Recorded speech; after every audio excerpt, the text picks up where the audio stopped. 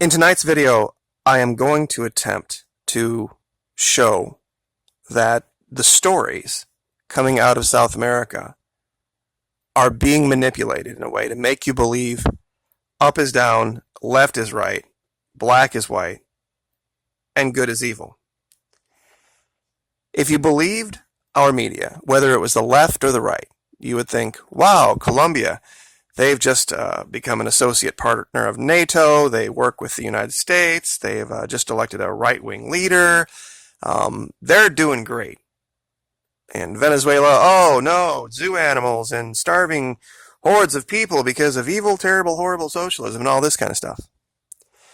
If you were someone who was inclined to believe the mainstream media, that would be what you think. And of course, they're going to show you a bunch of anecdotal pictures to prove that. Now, I'm going to show you the real story. I've made the allegation that the differences between the right wing and the left wing in North America are very different than the differences between the right and the left wing in South America. Let me give you an example. The left wing in North America, you would associate that group of people with being against guns, against the use of force. They want to get rid of the Second Amendment. I think we could all agree on that that's a left-wing thing. Well, down here, the left wing, absolutely not. They are very organized, they are very militant, and they have more weapons than actually the right wing does, and they're better with them than the right wing is. And they have absolutely no interest in any government telling them what type of weapon they can or can't have to defend themselves. And they're not talking about just hunting weapons. They've got tanks, they've got RPGs, they've got mortars, they've got the whole 9 yards. Now, the right wing. The right wing in North America probably would be against the idea of religion playing a role in government, that the church should not have any legal authority. In North America, I think you could probably go to any group of Republicans, any group of conservatives, and they would say, yeah, that's probably not a great idea. Absolutely the opposite of the right wing in South America.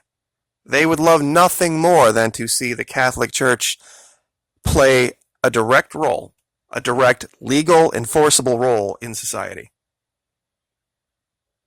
Now, this isn't some type of a judgment call saying that you should be part of this group or that group or this other group. I'm just illuminating the ideas to show you the difference.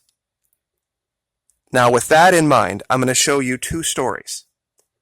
One from Colombia Reports and another one from CCN, the cryptocurrency network, that I think is going to go a long way toward showing you the truth. Here's the story from Colombia Reports. This is the AGC. They are a right-wing paramilitary in Colombia. They fight against the FARC. They fight against the ELN. Those are the paramilitaries that are on the side of Venezuela.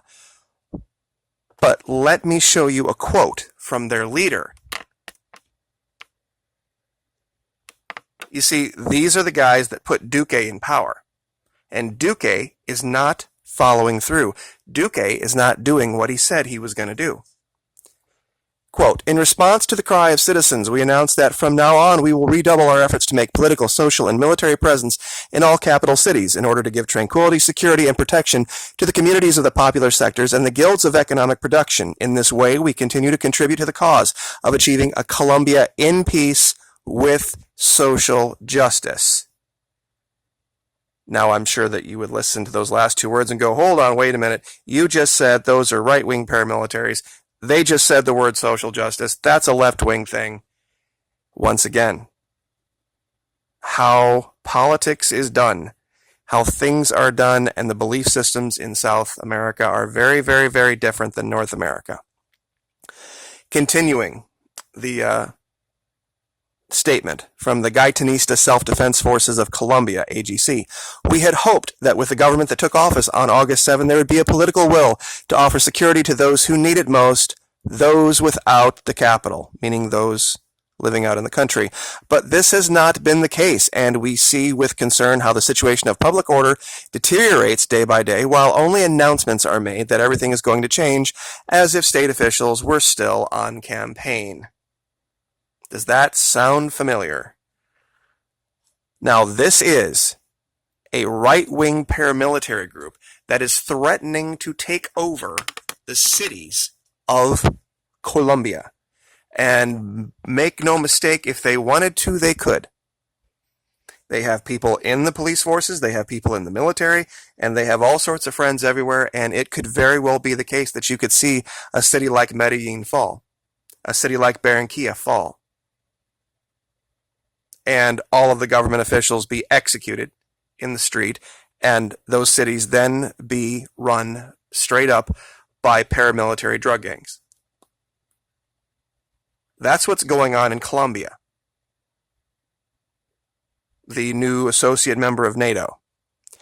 Now, the other side. You remember evil, terrible, horrible socialism in Venezuela, zoo animals, all that nonsense? Church's Chicken accepts crypto payments. I'm sure a lot of people are going, wait, they have food to eat? And yes, absolutely they do. In fact, not only do they have food to eat, they have food to sell for profit, and there are people lining up to buy it.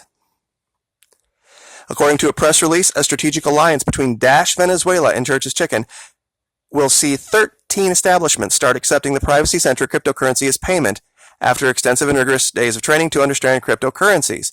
There was a little bit of confusion about KFC, but I'm sure they're going to be on board soon, along with Subway and Papa John's Pizza. And that's covered in this article. I will go ahead and link that for you. This is what they are not telling you about what is happening in Venezuela. They are recovering. They are standing up a completely new way of looking at money. A new way of dealing with life that is very, very, very different than what it was before. The dollar is no more. And I've used this analogy before. Venezuela has now come out on the other side of the DTs, delirium tremens, of going off of the dollar. And they have found the way around it with help from the Russians, help from the Chinese, and unfortunately, help from the Iranians and the North Koreans as well. But there's other players, Turkey, Italy, now Mexico. And this is why I have described the problem in Venezuela as the greatest geopolitical miscalculation the United States ever made. Because even to this day, and a lot of people don't realize this, through all of the sanctions, through all of the problems and the threats, Venezuelan tankers show up in the Gulf of Mexico at our ports every single day. There was no way the U.S., without crippling the refineries down there, could stop Venezuelan oil. It's why I've made the allegation they have been our ally. They were never our enemy until we made them our enemy. They moved away from us for very good reasons. Ironically, a lot of those reasons, people in my audience parrot back to me. The government does to them here in the States. They just don't put up with it down there. You see, that's why I brought up the thing about the AGC. When government screws them over down there, they just don't sit back and take it. They stand up and do something about it. And they'd rather be poor. They'd rather be without food. They'd rather have major world media organizations tell lies about them than to sit there and do nothing and be played like patsies. The people in South America have a whole lot more in common with our founding fathers than we do. And I know that's a hard thing to say, and it's a hard thing to stomach, but it is the case. These people are willing to throw down and willing to fight and burn it to the ground before they'll live as slaves, even with bread and circuses. It's just in their nature. And they have beaten the media at their own game. And you mark my words, in 2019, you are more than likely going to see Moody's downgrade the U.S., and you are going to see Venezuela recover in an epic, epic way. That oil that keeps getting pumped out of the Permian, out of the U.S., is going to have to be sold to China for the money to finance our continual debt, to prop up our country. And the effects of that, when we lose our credit rating, that's going to be it. And that's another video for another day. But do understand, there's some very real and very provable evidence that what's happening in Venezuela is being fixed. I brought up this right here at the end. This is VPI TV. This is from Venezuela. It's not what's being said. It's what's going on in the background. They're talking here about gasoline shortages, and there are still going to be problems regionally in Venezuela for a while, dealing with some things. But I want you to look at the people in the background as I play this forward. The people walking around, ambling around, talking about this. I'll even speed it up.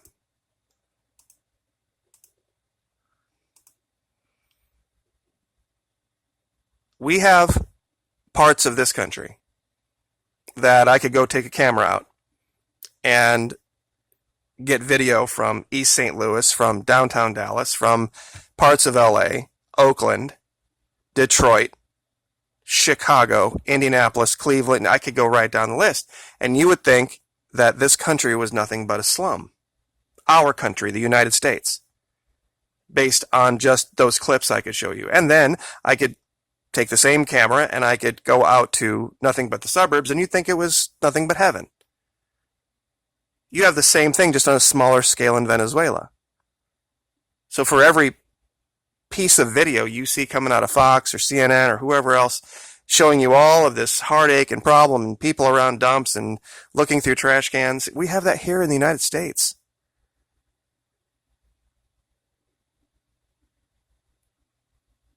It's the background that you need to see. It's what's really going on in the background.